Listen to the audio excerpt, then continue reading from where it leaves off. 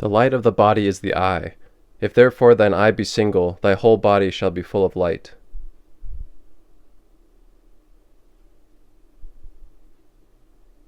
Hello friends. Ever since my third eye experience, I've been searching for answers to what the heck happened when I had that experience. And I go into depth in that experience in another video. And when I came across the quote from the Bible, which I opened with, I felt like this was exactly describing my experience. Because during my experience, when it popped open, and it was inner, it was within, and it felt like in the middle of my brain, the middle of the forehead area, it felt like my body was full of light suddenly. It was glistening, loving light, so overwhelming. And when my body filled with this light, everything filled with light all around me. Everything was one. So it was experiencing that one and seeing that one and feeling that one. I recently found kind of confirmation of my hunch that this quote was talking about the third eye. And it's within Jayem, or Jon Marc Hammer's books, in which he channels Yeshua, or Jesus. I have said often that through many channels that the world that you perceive is diametrically opposed to the real world. It is the exact opposite. Therefore, if you would know the real world, the first step that is required is to retrain the mind to be willing to accept that all things you believe you see are only temporary reflections or illusions. That the physical eyes have never shown you the real world, that your ideas and perceptions based on the data that comes through the sense of the body, these ideas have always been diametrically opposed to the truth of the real world.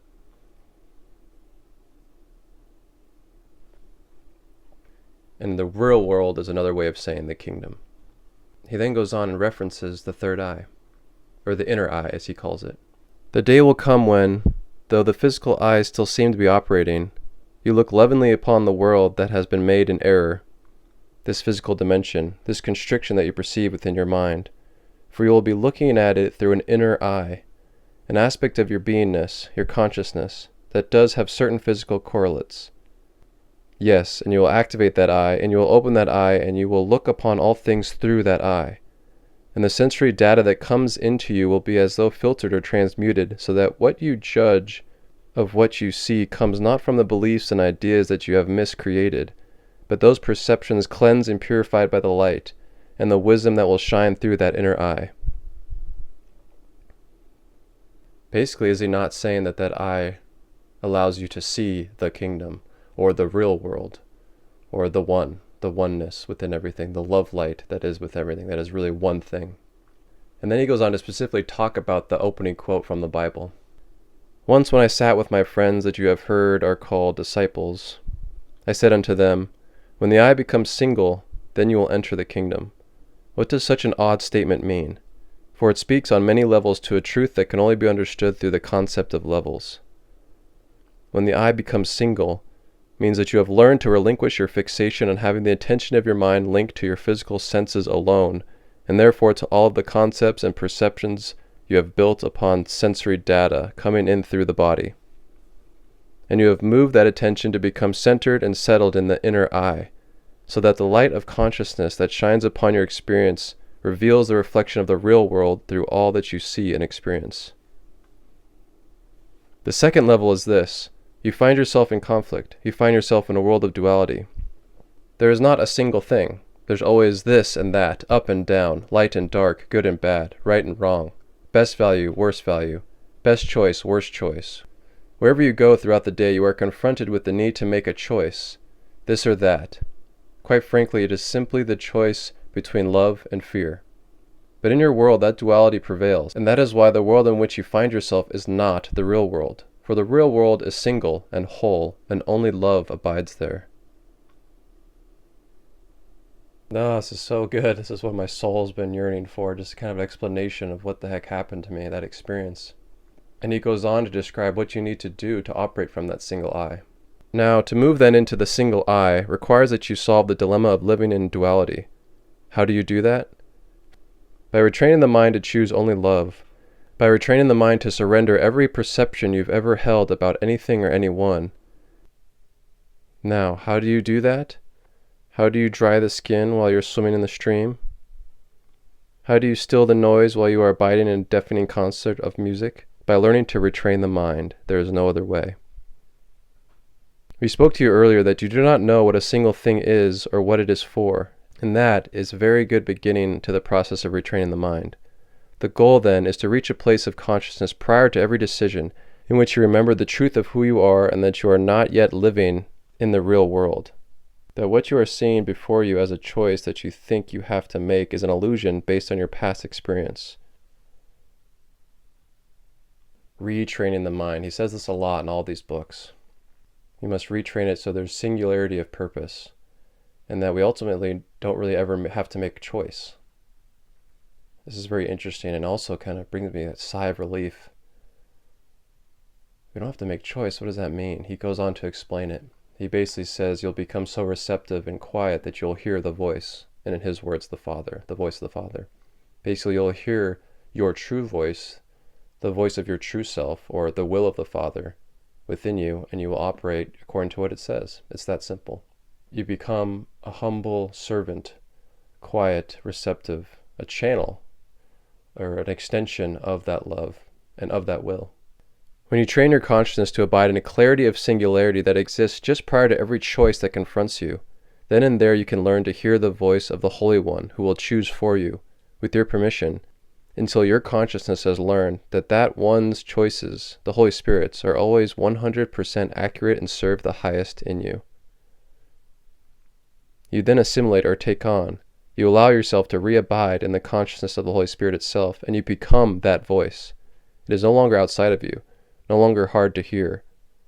For you have surrendered everything that kept your identification linked to something other than that voice. Then, in truth, there are no more choices, although you seem to abide yet within the world, living from the singularity of the eye that sees clearly the reflection of the real world through the illusory world that you have laid over the top of it. From that place, although you live seemingly yet within the body, you will know directly the experience of living without choice. The dilemma of duality is solved, for there is no longer fear within your mind. Nothing to hold on to, nothing to seek, nothing to gain, and most importantly, nothing to lose, for the fear of loss is what keeps you forever entrenched in the conflict of duality, and the single I remains unknown. You will know directly the experience of not having to make a choice. So interesting, and does it not feel so good? At least it does for me. We're constantly having to make choices in this life. And personally, I'm so indecisive, and this just feels like it's such a weight off the shoulders. You're just able to joyfully channel the one that's within everything, the will of love. You don't have to make a choice because it knows what's best, because it is everything. So it'll tell you exactly what to do. But it is soft, it is gentle, it is all allowing. So you must become receptive. You must allow, you must surrender. It is not gained, it is not strived after. It is allowed. You have to make space for it so that you may hear it within your heart. And it's not the physical heart, but that's to distinguish between the noisy, busy, egoic mind from that deep, more silent, more quiet, more peaceful knowing within you. There is no choice then but to awaken. And to awaken means that you relinquish everything you thought you knew and allow an inner voice to retrain the use of your mind until you recognize the real world and abide in that peace that forever passes all understanding.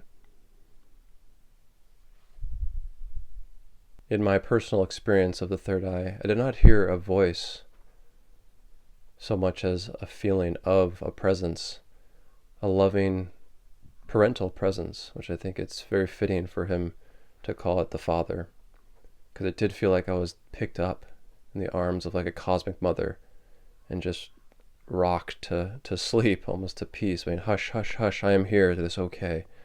And in that experience I was sobbing, so it even more felt like I was a child being comforted by a parent or a mother. And it was the feeling of, I'm here, I've always been here, I am one with you, you are one with me, surrender, let go. And oh, what a peace that overcame me in that moment. What a deep sigh of relief. Everything was lit up with this love light. And it was paradisial. It felt like our true home. And it was very innocent And there were still thoughts.